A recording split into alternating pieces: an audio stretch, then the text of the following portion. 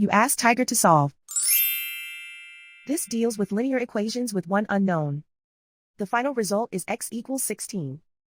Let's solve it step by step. Swap sides. Isolate the x. Multiply both sides by inverse fraction 4 over -7.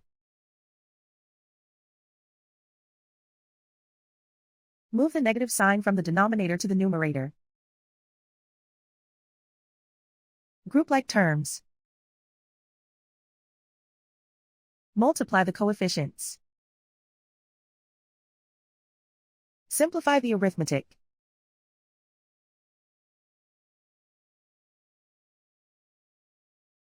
Move the negative sign from the denominator to the numerator. Multiply the fractions. Simplify the arithmetic.